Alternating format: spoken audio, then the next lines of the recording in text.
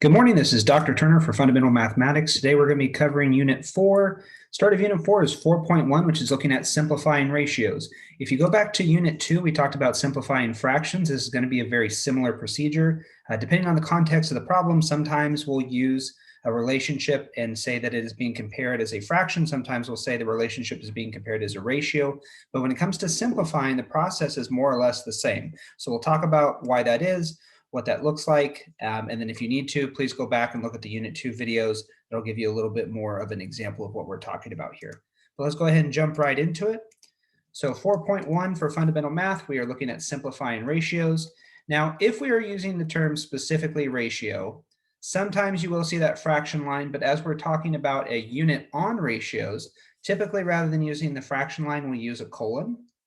So if I have something written like this, that's saying 2 to 3. That's the ratio. As we get into later sections of Unit 4, we're going to be talking about word problems and where this is applicable. Right now for 4.1, we're looking at simplifying those ratios.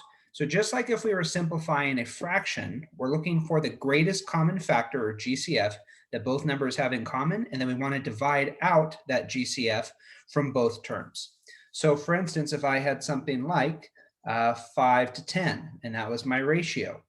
Again, in context, this is going to be written out as a word problem, but if that's the given ratio, I'm looking for the greatest common factor that I can divide out of 5 and 10. Some people can do this as mental math.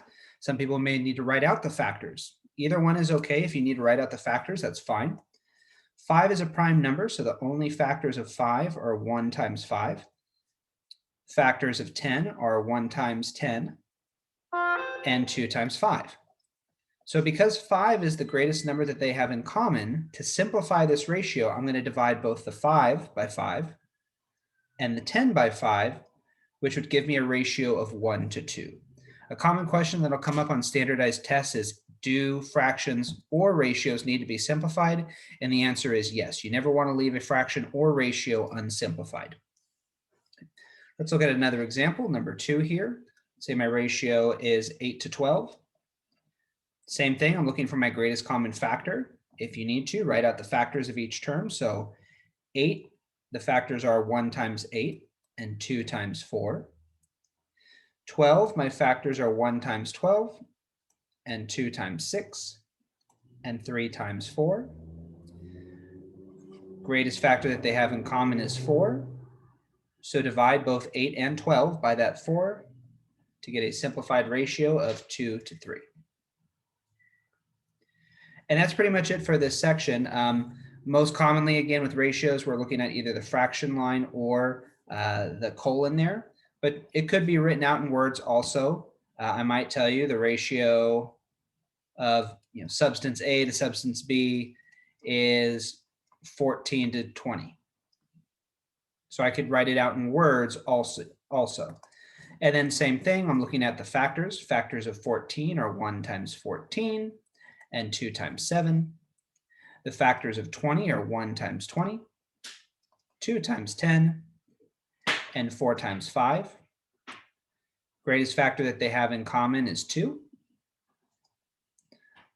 So divide both numbers by 2, and I get 7 to 10. That's less common that you'll see it written like that, but it is possible. Let's go ahead and do one more. Let's say, and we'll go back to the colon here. Say the ratio is 7 to 11. Okay. So here, if I look at the factors of 7, that's 1 times 7. The factors of 11 are 1 times 11.